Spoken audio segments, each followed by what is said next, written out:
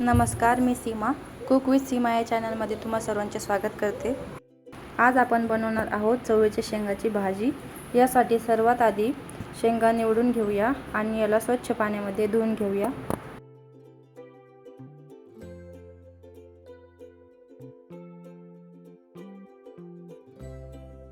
अशा पद्धतीने शेंगा व्यवस्थित धुवून घेऊया।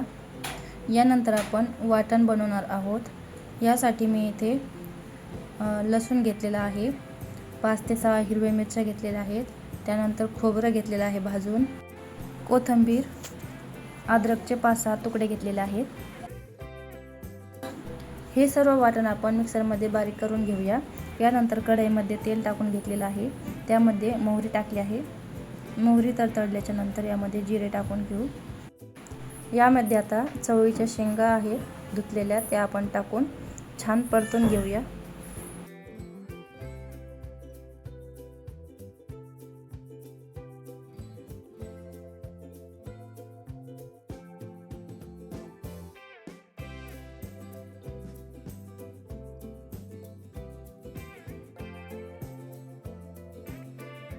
शेंगा परतून झालेल्या आहेत। यामध्ये आपण मिक्सरमध्ये बारीक केलेलं वाटण टाकून परतून घेऊया।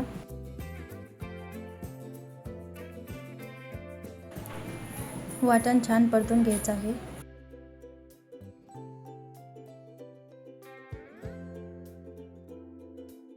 यानंतर आपण यामध्ये अर्धा चमचा हळद, 1 चमचा लाल तिखट, 1 चमचा धने पावडर, कांदा लसूण मसाला 1 चमचा, काळा मसाला 1 चमचा आणि गरम मसाला 1 चमचा टाकणार आहोत।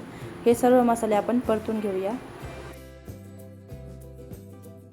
मसाले छान परतून झाल्याच्या नंतर यामध्ये आपण थोडंसं पाणी टाकून घेणार आहोत।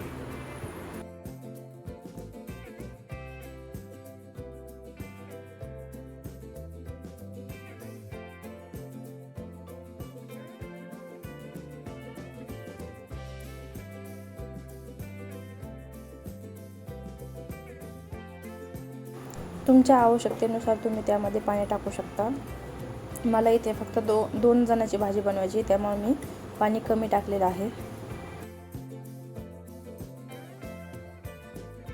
यामध्ये चवीनुसार मीठ टाकून घेऊया आणि यानंतर वरतून थोडीशी चिरलेली कोथिंबीर टाकू। याला 5 ते 6 मिनिटांसाठी आपल्याला कमी गॅसवर शिजू द्यायचं आहे झाकण ठेवून। त्यानंतर आपली भाजी तयार झालेली आहे।